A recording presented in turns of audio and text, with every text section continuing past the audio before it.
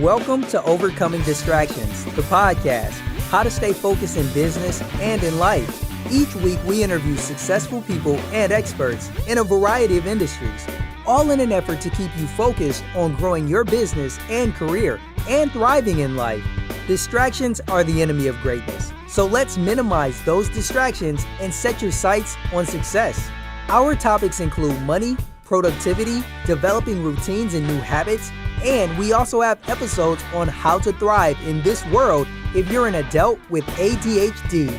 Stay focused, people, and let's get moving. Here's our host, author of the popular book, Overcoming Distractions, Dave Greenwood. Hey everyone, welcome back to Overcoming Distractions. It's Dave, and I'm so glad you've joined us once again. You know, I know for a lot of people, especially people with ADHD, you have to kind of find your own path in life. You have to find what makes you feel good. You have to find a career that you can enjoy and that kind of feeds that part of your brain that makes you feel good and makes you feel like you did something worthy at the end of the day. And that's kind of what we're going to talk about today. If you've listened to the podcast before, then you know the name Chris Burlow. It's Grandmaster Chris Burlow.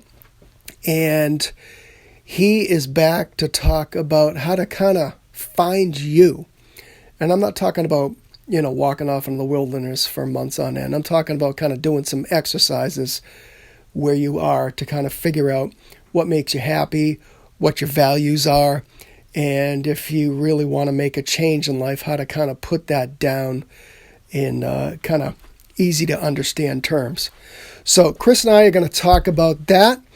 And maybe it's a good time if you're listening to this during the whole coronavirus outbreak of 2020. Maybe it's a good time for you to take a step back and pivot and see if there are some changes in your life that you might want to make. So let's go chat with Chris.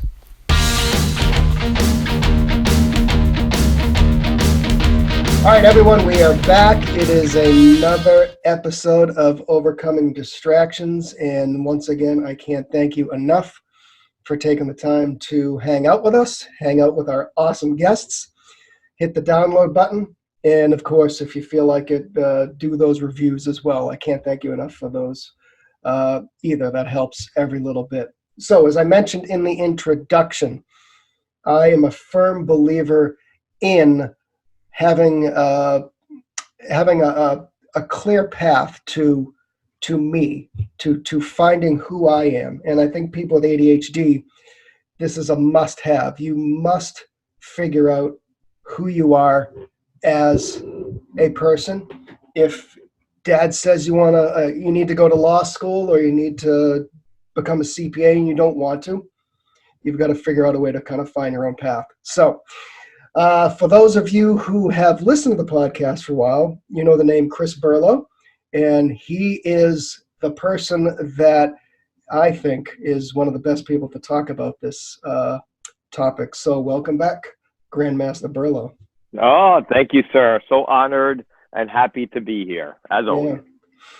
Now, as I mentioned in the intro as well, and I've done this in the past couple of podcasts, is that we are, there's a lot of people who download podcasts from a year ago. And this is going to happen a year from now. But just to let people know, Chris and I are recording this podcast during the 2020 coronavirus crisis. Yes. So I imagine there's a lot of people sitting home. They were either laid off or their routines have drastically changed. And they may be thinking about this topic is, okay, well, maybe their industry is going to fundamentally change over the next couple months, I mean, and I can see people sitting back and saying, wow, either I have to make a change or, you know what, this is a good opportunity for me to kind of figure out where to go from here. Would you agree? I would agree wholeheartedly. In fact, I saw a quote the other day, and it said, it had a picture of a person doing meditation. And I said, well, if you can't go outside, maybe you should focus on going inside. Yeah. Yeah. Right. And I found it to be extremely powerful. And as a result, I've been actually offering meditation and kind of mindset classes early in the mornings, a couple of days a week, to help individuals focus on that inside. Because where you can't, like, a lot of the things in our external world got pulled from us right now as we're speaking. Yeah. But what can never get pulled from you is your ability to look introspectively and work on yourself. So I hope that, no matter when you're hearing this recording, anybody could benefit from looking inside and introspectively at any time. But right now, since your lives may have slowed down, this is a prime opportunity to do so. Yeah. No, I think that's an interesting point. Look inward, and that goes beautifully into our Right.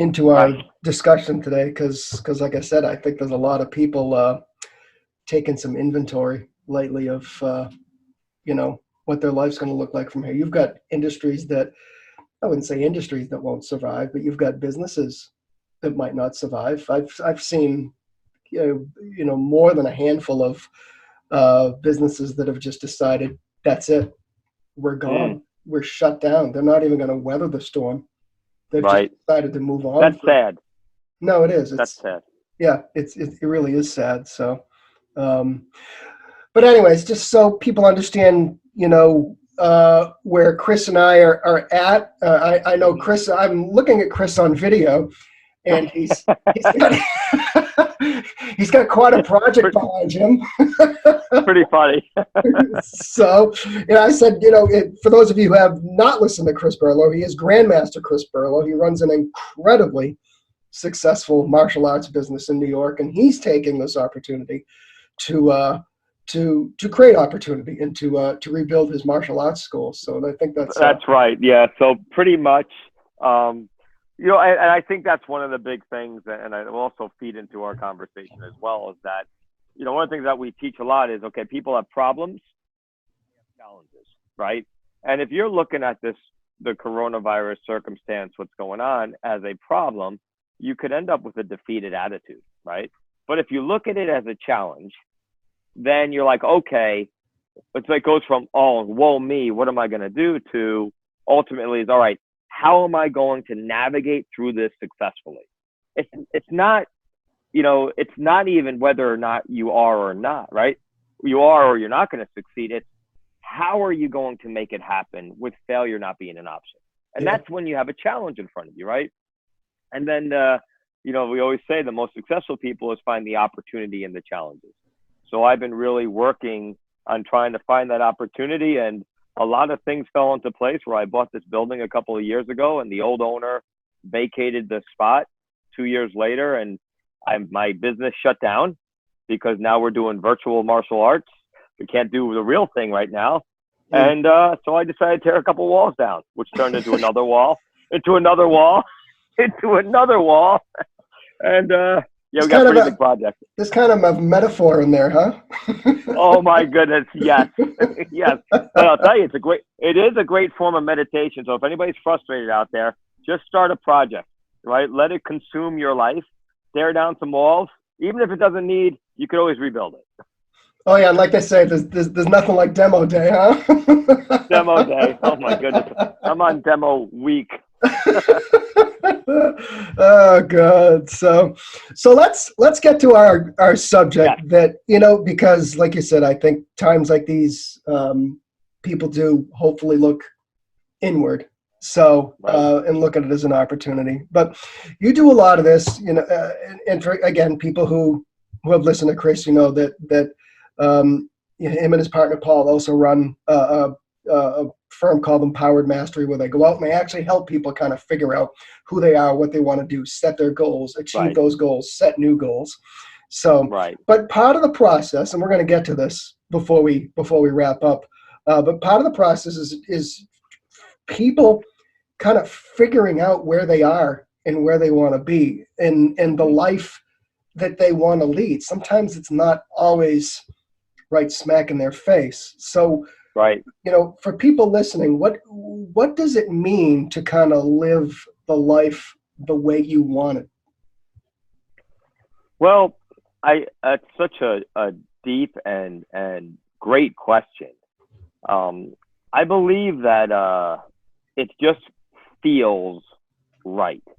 There's a certain level of connection that you'll have, and I will call it where your mind, your body, your spirit, everything is in perfect synergy. And that experience is I don't know if anybody believes, not religion at all, but philosophy is the Taoist philosophy, and they call it the Tao. And the Tao is when you get into a place where things become effortless and natural, and you're able to perform things without thought. Right? There's that mind, body, and spirit connection.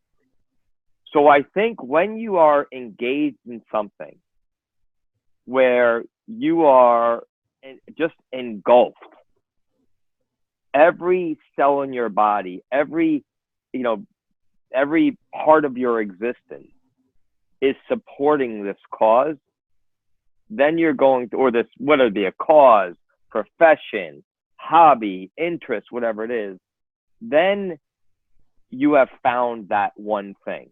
And for some people, it could be something professional.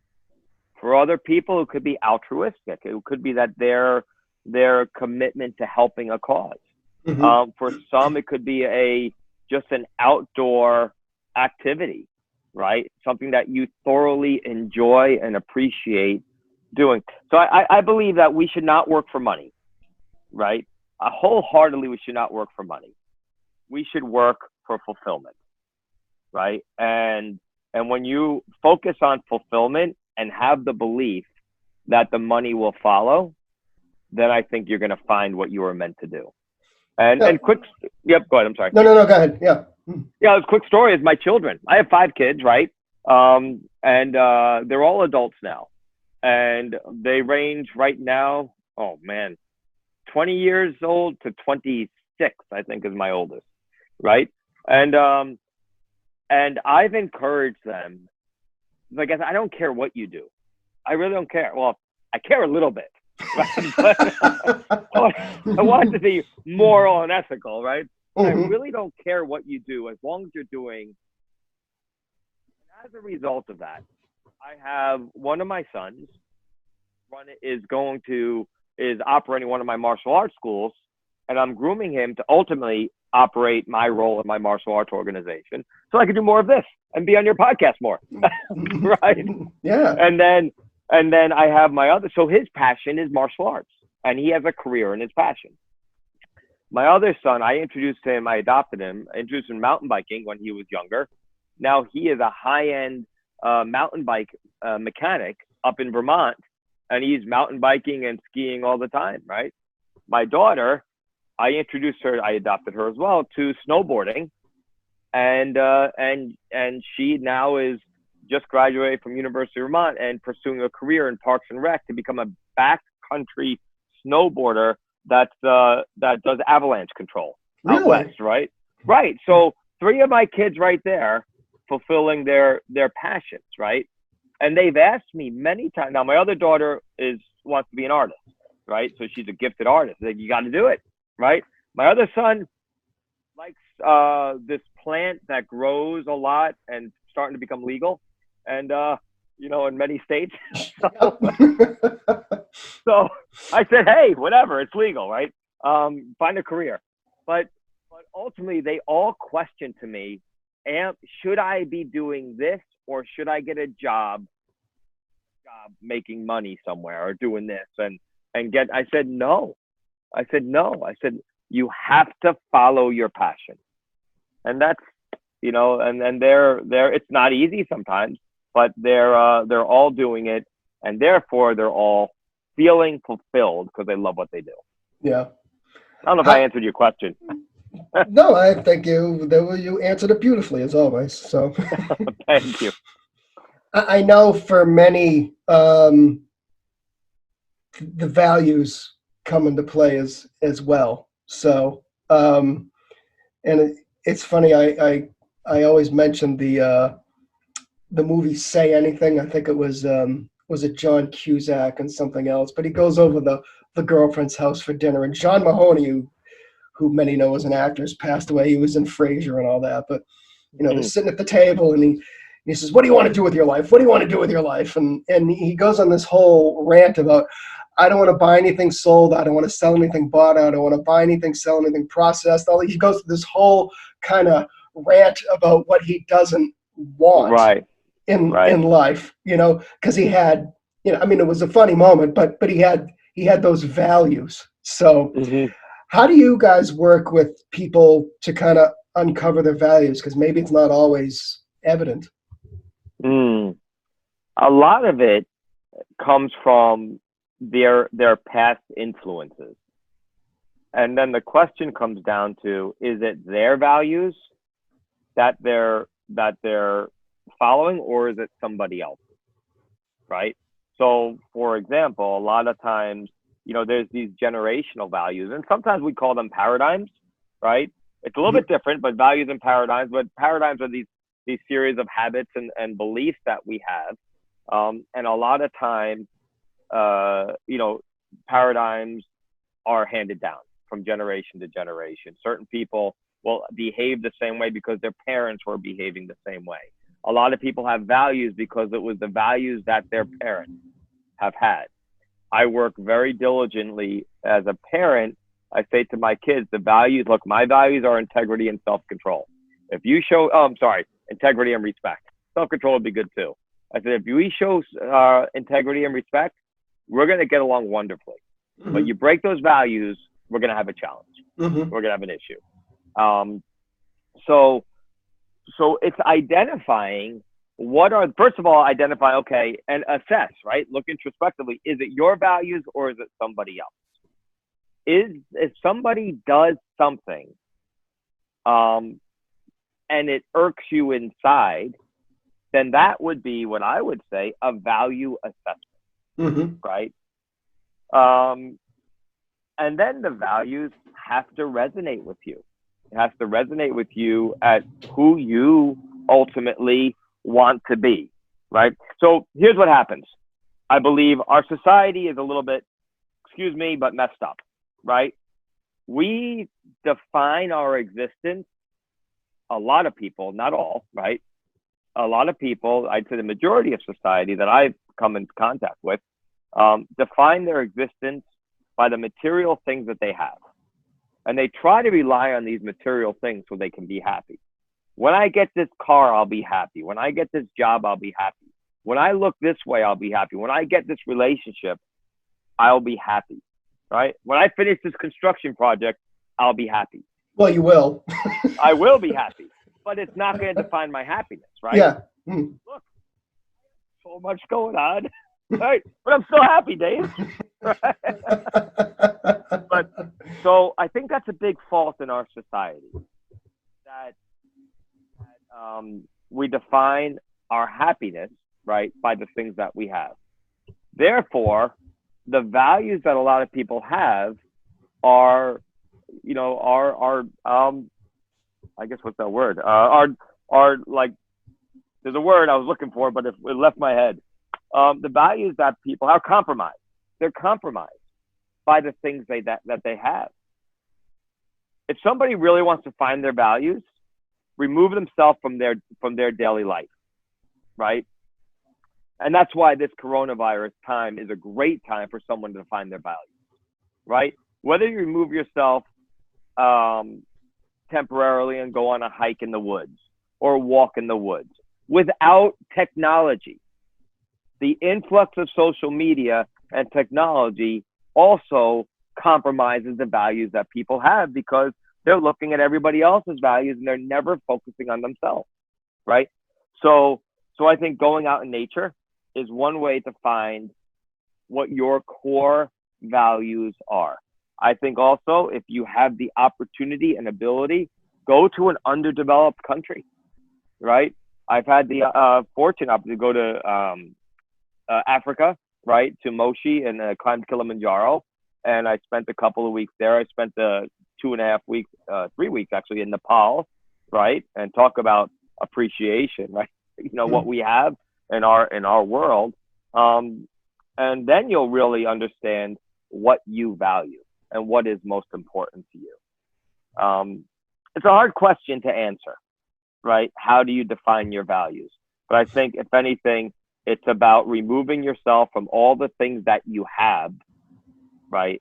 And then assess what's most important to you. Master Yoda from Star Wars, right? Everybody knows him. Little green guy, big Of big course, ears. we got to weave in Right? Master Yoda. Yeah. He said a quote that I read. I used to have an app on my phone, and it would say Star Wars things, and my son, well, it was all right, whatever. Okay. In fact, look at the shirt I was wearing before our meeting. It's a Yoda shirt. Oh, see, there you go. There's nothing Anyway, wrong with that. he said in this quote, and I used to share it with my son because, especially the one that I adopted, I said, train yourself to let go of everything you fear to lose. Right? And if you could disassociate from all the things that you fear to lose, then you're going to find your core values. No, that makes sense. You've got to, and I think that's a whole nother podcast is about fear and how fear guides us in some respect.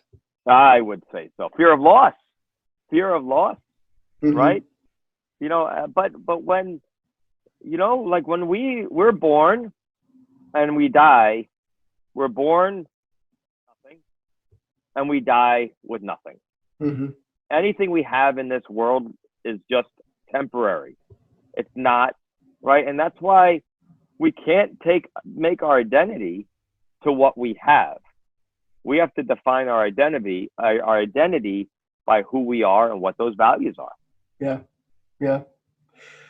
So what are, I know when you walk people through, and maybe this is a good time to go through the worthy ideal, and I think we did a podcast on this before, but Mm-hmm. I know when you walk people through the worthy ideal and other things that you guys work people through, is there are sections of life that you walk people through in your book, the workbook, the live events that you do with people.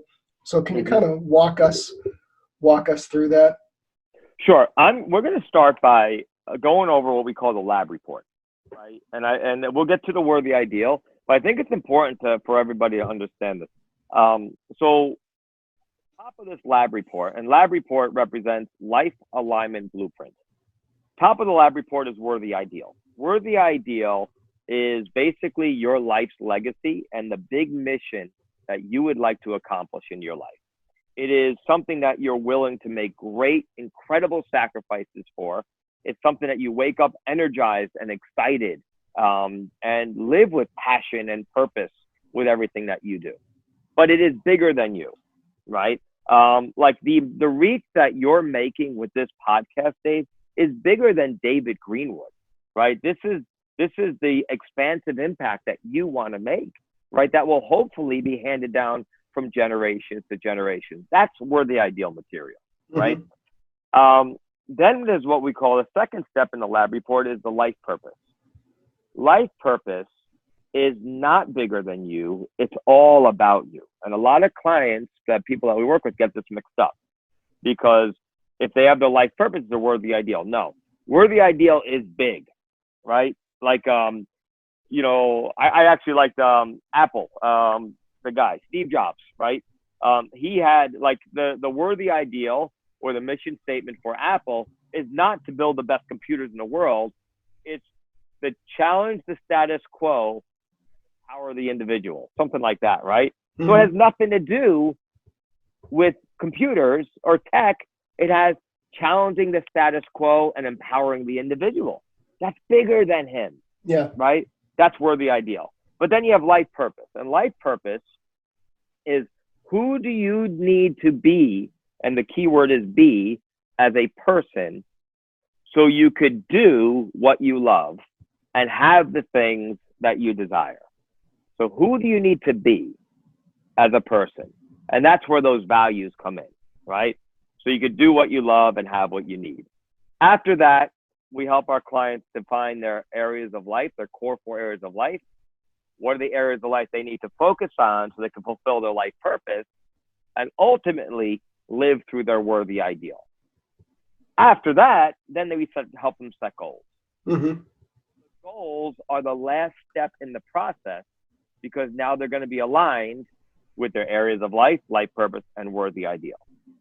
The first step, though, is worthy ideal. Now, worthy ideal, like I mentioned, is bigger than you and bigger than me, and it's something, the legacy that we'd like to live. A lot of people come to us to work with us because they want to make more money, right? And then they find that money becomes second, third, or fourth priority because then they realize that no, they need to improve their relationships.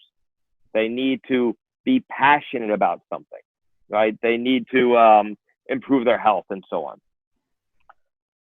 So worthy ideal, I have people come to me, they want to improve professionally. They've looked introspectively at their worthy ideal to realize that they were in the wrong profession and left the profession, right?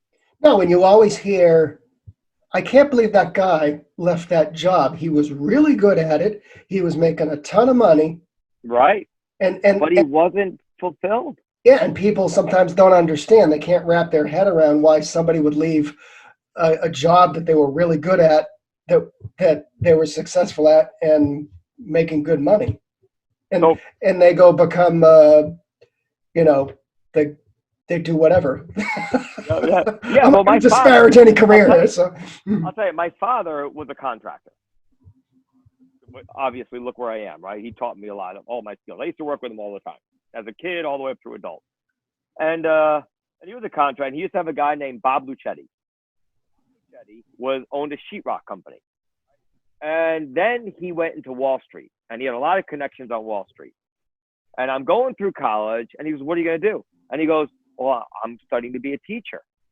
And he goes, "A teacher? This is like, I'm like, what, 20 years old. A teacher? You can't be a teacher. You got to come work for Wall Street. I'll make you millions of dollars." And he's like, talks really fast, like from Long Island, right? And he goes, "No, you got to go to Wall Street. Oh, you're wasting life. Come on.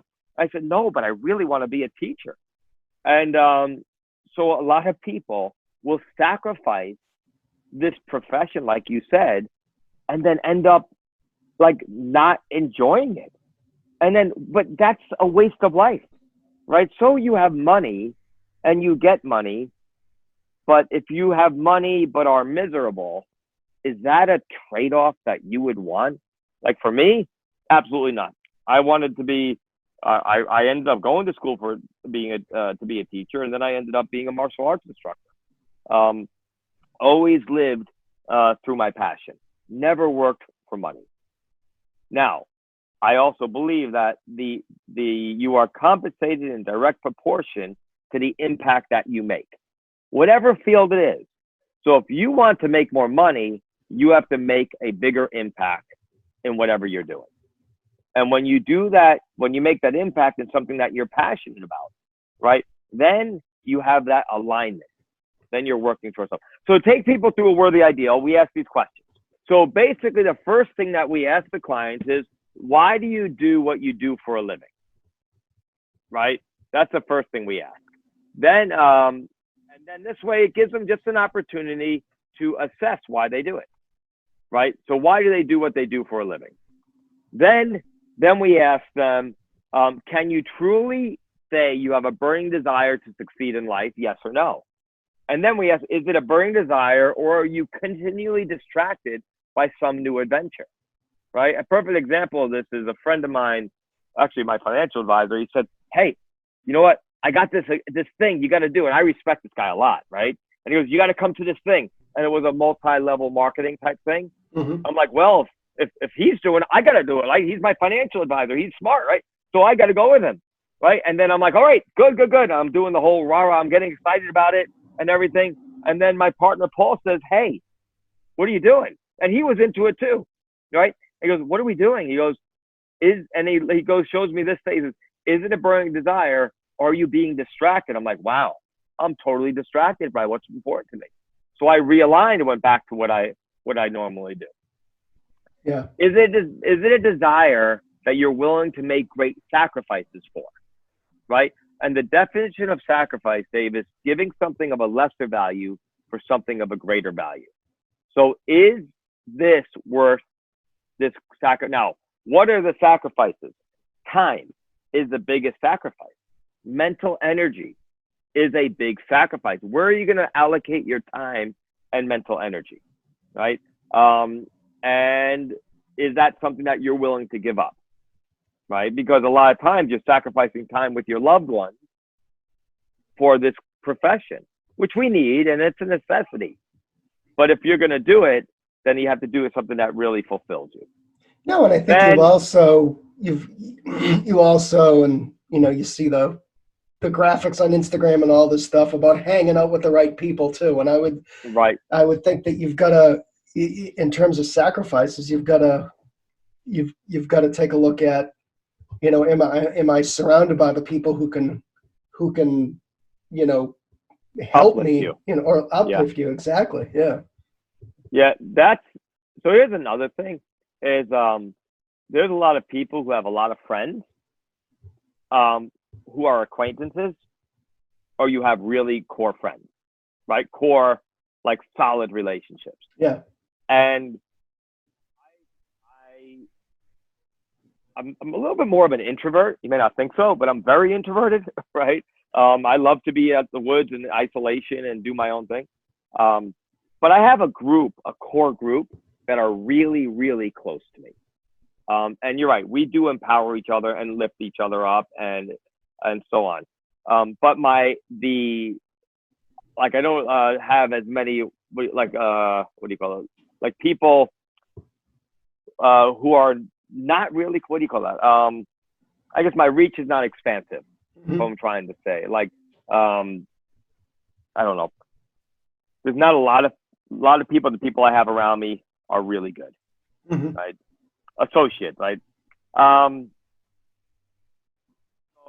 So then, is the burning desire bigger than you? Is this passion that you have bigger than you?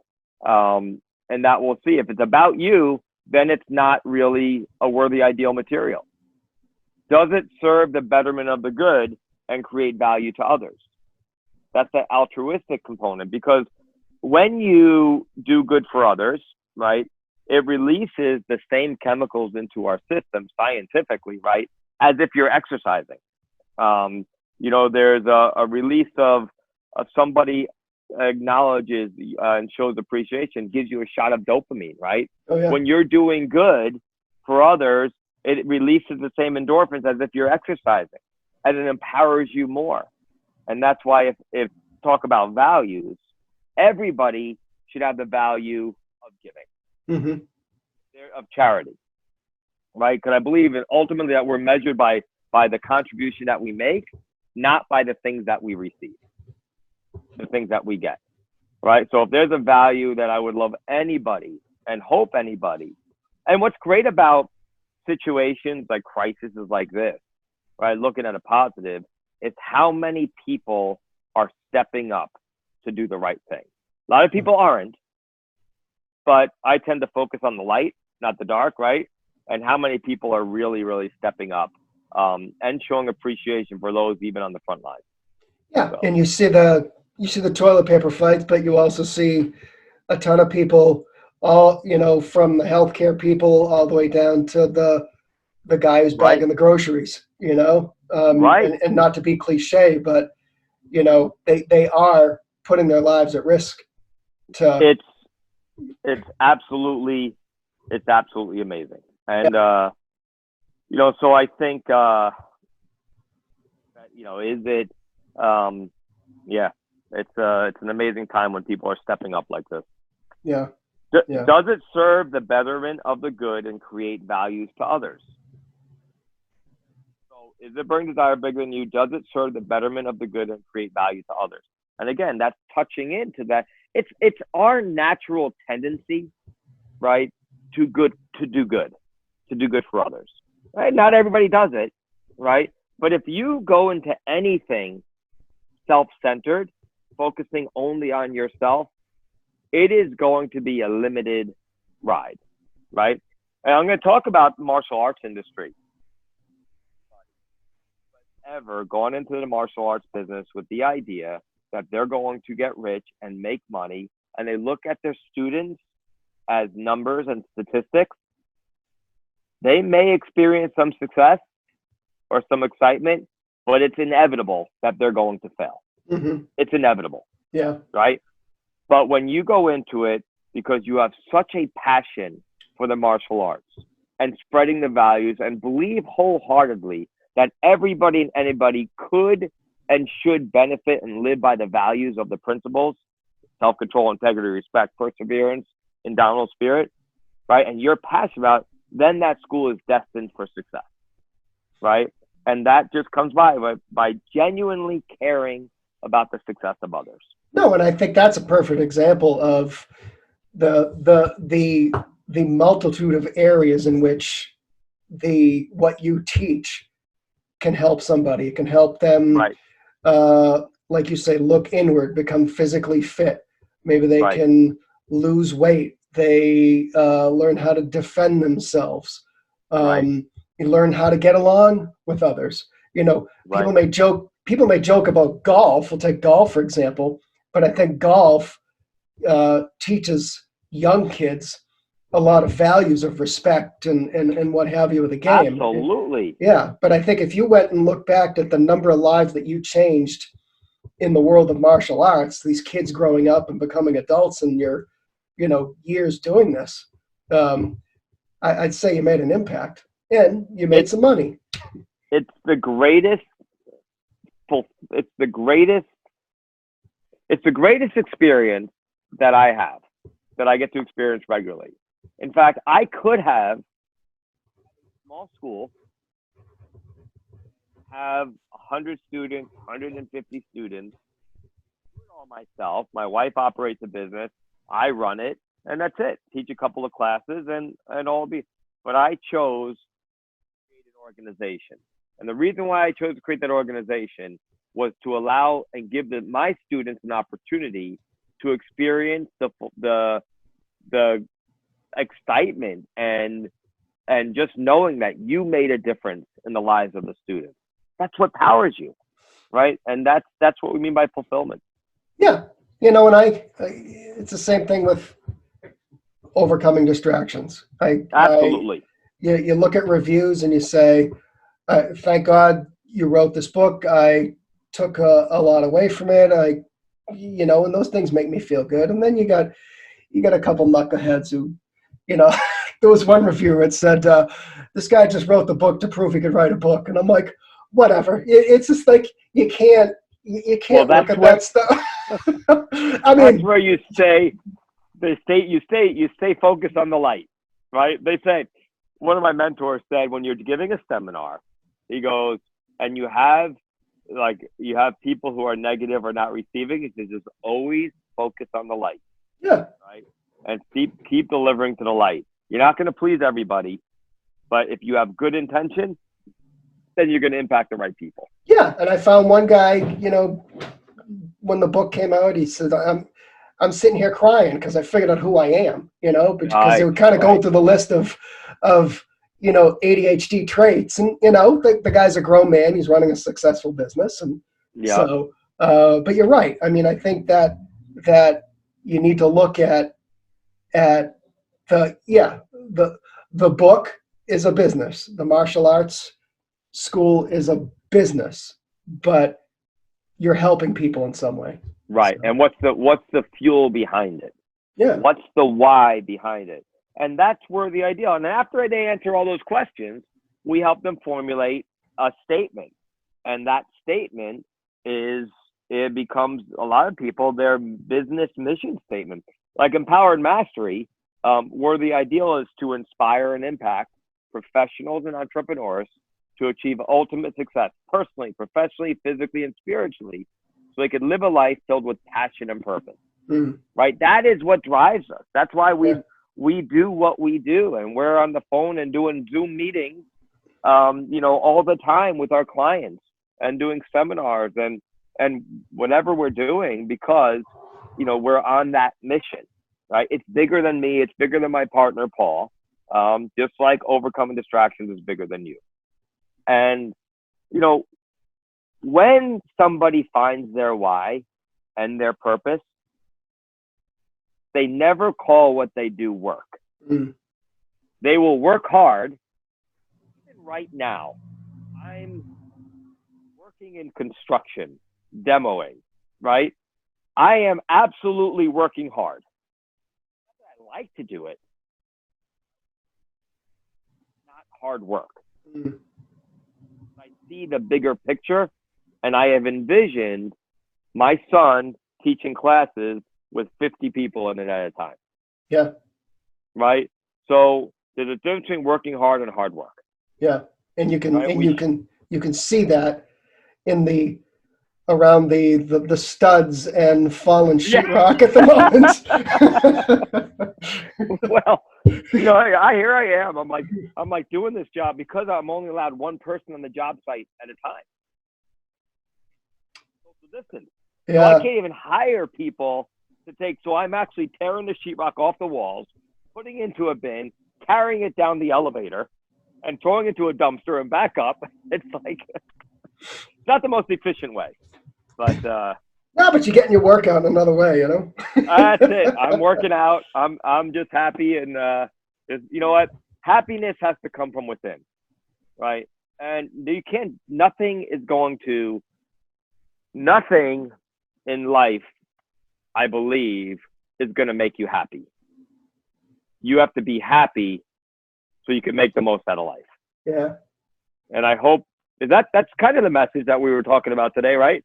No, I think so. It's ultimately, you know, why someone needs to follow their path, why they need to be me, and yes, you know, and the goal is to be happy.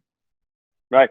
And here's one more thing I will say is that it's also really good, and this my partner Paul explains this really good, is that everybody has rules, right? Rules that will just strengthen values or break the values, right? Like rules, like you have values and rules. What are the rules associated with certain values? Like my kids, when they have to show respect and integrity, we're going to get along great. They break those rules, we're going to have an issue, right? So if you can work really hard to make the rules easy to meet and hard to break, it'll take away a lot of pressure. When the rules are hard to meet and easy to break, you're going to live a very angry and, and have a lot of pressure and stress. Yeah. Right?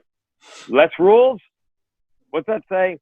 Right? Rules. No. Rules not meant to be broken. That's a different conversation. We can't do that one. Right? No, but really like, make your rules that you personally have easy to meet and hard to break, and you will be happy. That's what I'd like to close with. Yeah, no, that's great. Thank you so much. As always, we always have a great conversation. Time seems to just to run out. I know people love hearing from you and hearing your advice and your wisdom. So good luck with the sheetrock. And the hammers and the dumpsters and everything else. Is this the first time? Is this the first time you ever had someone do a podcast in a construction site? I've had people do podcasts in noisy restaurants, so right. yours is actually pretty quiet. So it's very quiet. I'm the only one here. Yeah, there's no dishes banging and pots clanging, and so anywho. So tell people real quick how they can find you. So our website is empoweredmastery.com. We'd love to you guys to take a look at that. You could reach me at my email, cberlow@empoweredmastery.com. You can look me up on Facebook, right, or LinkedIn, Christopher Berlow, BERLOW. And I'd always love to have a conversation. Please, any questions or anything, comments or whatever, please reach out to me. I'd love to hear from you. Awesome. Thank you again, sir. Oh, thank you. Wonderful time. That's it, folks. Another edition of Overcoming Distractions, the podcast, has come to an end. Hope you're inspired. Hope you've learned something. Check overcomingdistractions.com for more podcasts, video blogs, and up-to-date info on books and more books. We'll catch you on the next one.